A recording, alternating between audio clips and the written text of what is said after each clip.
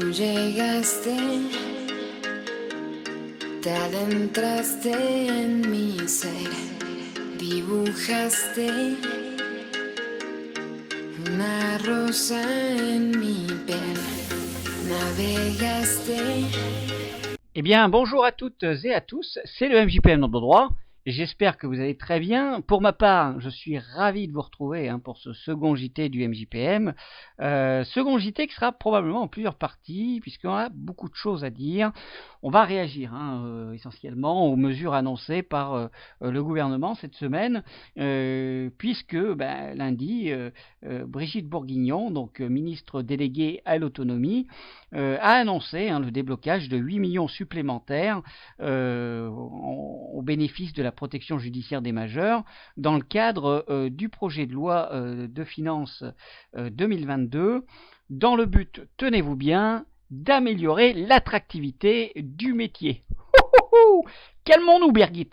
On n'était pas prêts pour cette annonce, on est tous secoués, on est tous chamboulés, et puis après on a regardé concrètement le communiqué, et on a vite déchanté. Alors déjà 8 millions, ça peut paraître, c'est une somme anecdotique, faut être clair. Pour information, Interfédération demandait 130 millions d'euros pour répondre aux enjeux de la profession dans les secteurs associatifs. Donc 8 millions, c'est un chiffre assez faible, mais ces 8 millions vont être affectés à des mesures bien précises qui nous sont annoncées dans le communiqué. Alors, il nous est aussi précisé, là c'est le mystère, que ces 8 millions s'ajoutent aux 19 millions déjà prévus. Alors je ne sais pas, moi je n'ai trouvé aucune communication sur ces 19 millions, peut-être que vous en avez, n'hésitez pas à me dire dans les commentaires, parce que moi je ne sais pas à quoi font référence ces 19 premiers millions. Le budget annuel de la PJM, grosso modo, à peu près pareil tous les ans, à quelques pourcentages près, c'est un peu plus de 600 millions d'euros pour les services et 100 millions pour les mandataires individuels. Voilà, donc 19 millions, je ne sais pas d'où ça sort. Là, les 8 millions, eux, on nous explique que concrètement, ils vont servir à financer la création de 200 postes en équivalent temps plein. Deuxième mesure, je vais les énumérer, puis on reviendra après dessus. La deuxième mesure, c'est une obligation, la mise en place d'une obligation de formation continue pour les MJPM. Et la troisième, la création consiste en la création d'une commission nationale des droits et de la protection des adultes vulnérables. Une commission donc qui aura pour but de faciliter le dialogue entre les pouvoirs publics, nous dit-on, et les représentants de la profession. Alors, sur cette dernière mesure, là, on va traiter ça rapidement.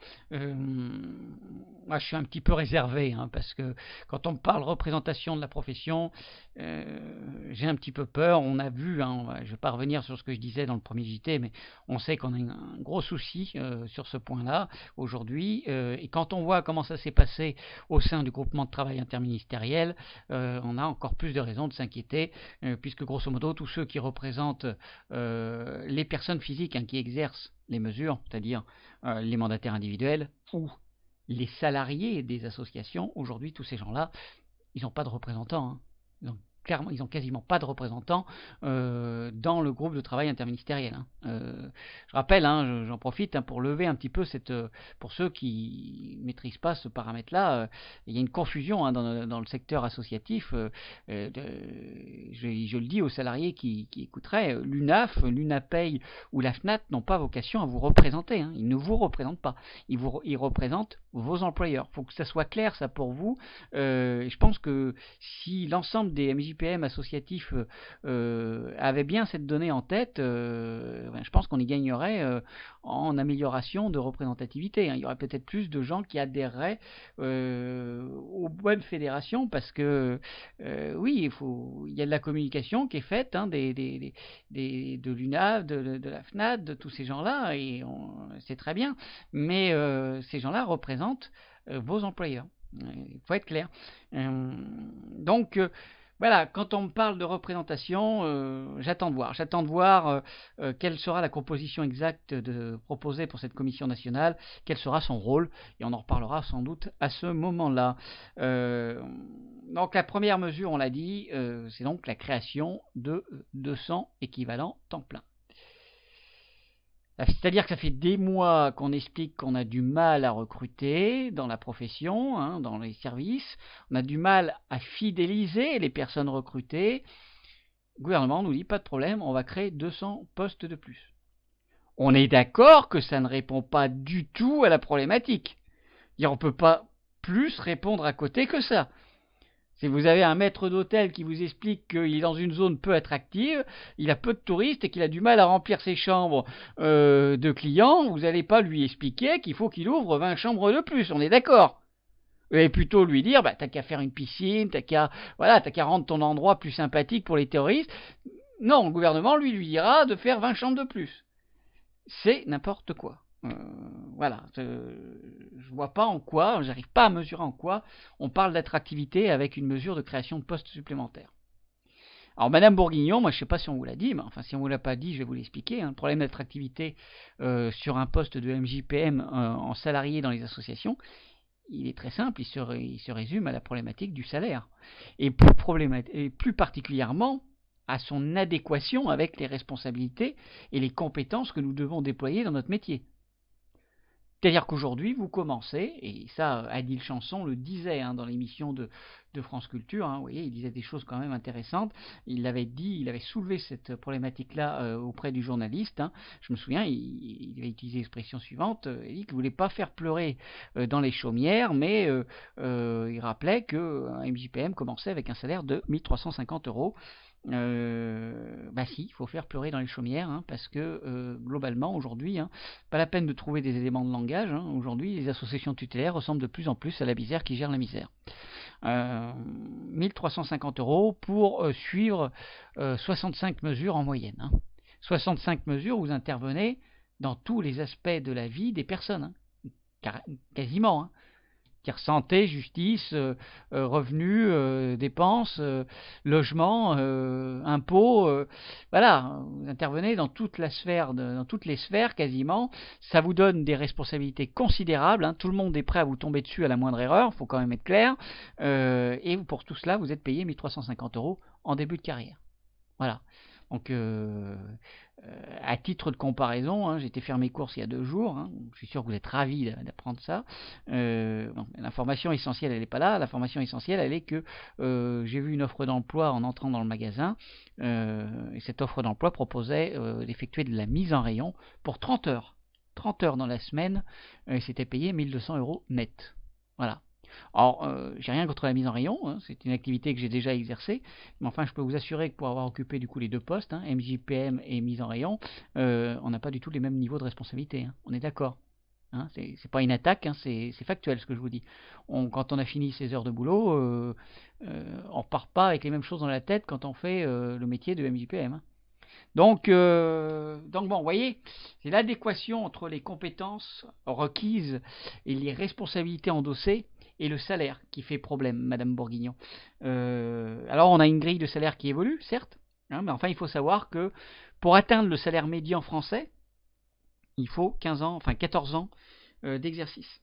C'est-à-dire que, pour vous dire ça tout de suite, quelqu'un qui veut s'engager aujourd'hui dans le métier, occuper un poste de salarié dans une association tutélaire, il faut lui dire que pour atteindre le salaire médian français de 2021, il te faudra 14 ans d'exercice. Voilà. Le message, me semble-t-il, est clair.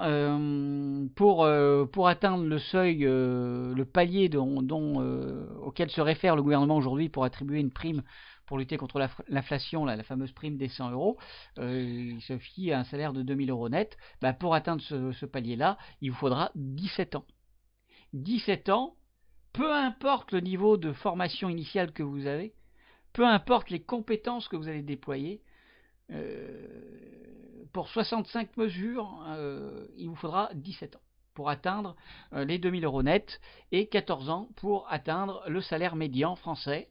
Donc Voilà, il est là le problème d'attractivité, Madame Bourguignon, si vous l'ignoriez, eh bien, vous le savez maintenant, c'est ça le gros problème, le salaire, son adéquation avec les compétences et les responsabilités requises, et on peut ajouter aussi le problème lié à la convention collective, hein, parce que vous connaissez l'adage, hein, les cordonniers sont souvent les plus mal chaussés, les spécialistes de la protection judiciaire sont les moins bien protégés, en tout cas en ce qui concerne le salariat, puisqu'ils sont rattachés pour le gros des effectifs à la convention de 66, convention qui ne parle absolument pas de MJPM. Personne ne parle de nous dans cette convention. On est rattaché d'ailleurs à la grille de salaire des éducateurs spécialisés. Alors moi, Madame Bourguignon, moi je sais pas ce que c'est un éducateur spécialisé. Je suis pas éducateur spécialisé, c'est pas mon métier. Donc voilà, et le reste de la convention ne parle absolument pas de nous. Ce qui est problématique, et ce qui est d'autant plus problématique, c'est que les financeurs de la protection judiciaire n'ont a priori pas validé l'adhésion à cette convention des services tutélaires, ce qui fait que un certain nombre d'avantages peuvent être remis en cause du jour au lendemain. Alors les avantages, il n'y en a pas 50. Quand je parle avantages, je pense que tout le monde voit de quoi je parle. On parle des congés les congés trimestriels. Congés trimestriels, c'est 3 semaines en plus de congés en fait par rapport aux congés payés. C'est un avantage issu de la Convention 66. Et c'est un avantage qui n'est pas opposable aujourd'hui aux financeurs publics, ce qui fait que de manière totalement libre juridiquement, un directeur d'association aujourd'hui peut remettre en cause cet avantage qu'on peut résumer très simplement, c'est un 13e mois en fait. Congé triste, c'est un 13e mois, même pas un mois entier d'ailleurs, c'est un 13e mois en nature. Voilà. C'est le seul avantage qui me vient à l'esprit d'ailleurs dans l'exercice de la profession en salariat. C'est le seul avantage. Et aujourd'hui, vous avez plein d'associations qui perdent cet avantage-là. Et c'est tout à fait légal, puisque financeurs publics, les autorités de tutelle, n'ont pas validé l'adhésion des services tutélaires à la Convention de 66. Donc voilà, je vous mettrai les liens d'ailleurs vers les articles de direction.fr, puisque nos amis dirigeants connaissent très bien la problématique. Voilà, et la Cour de cassation y a répondu à cette problématique en 2007. Voilà, elle dit ce que je viens de vous dire. Et la Direction générale des affaires sociales dit également la même chose. Donc voilà, vous entrez dans la profession en tant que salarié, vous avez un salaire de misère, une responsabilité considérable et aucune garantie sur les éventuels avantages qu'on pourrait vous accorder.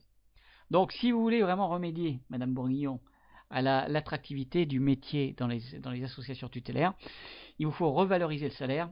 Et il vous faut surtout créer une grille salariale propre et pourquoi pas une convention collective propre aux services tutélaires afin de protéger vraiment cette activité et donner des repères quand même et des garanties aux professionnels. Ce qui n'est pas le cas aujourd'hui. Voilà pour cette première partie. On parle beaucoup effectivement du secteur associatif dans ce JT.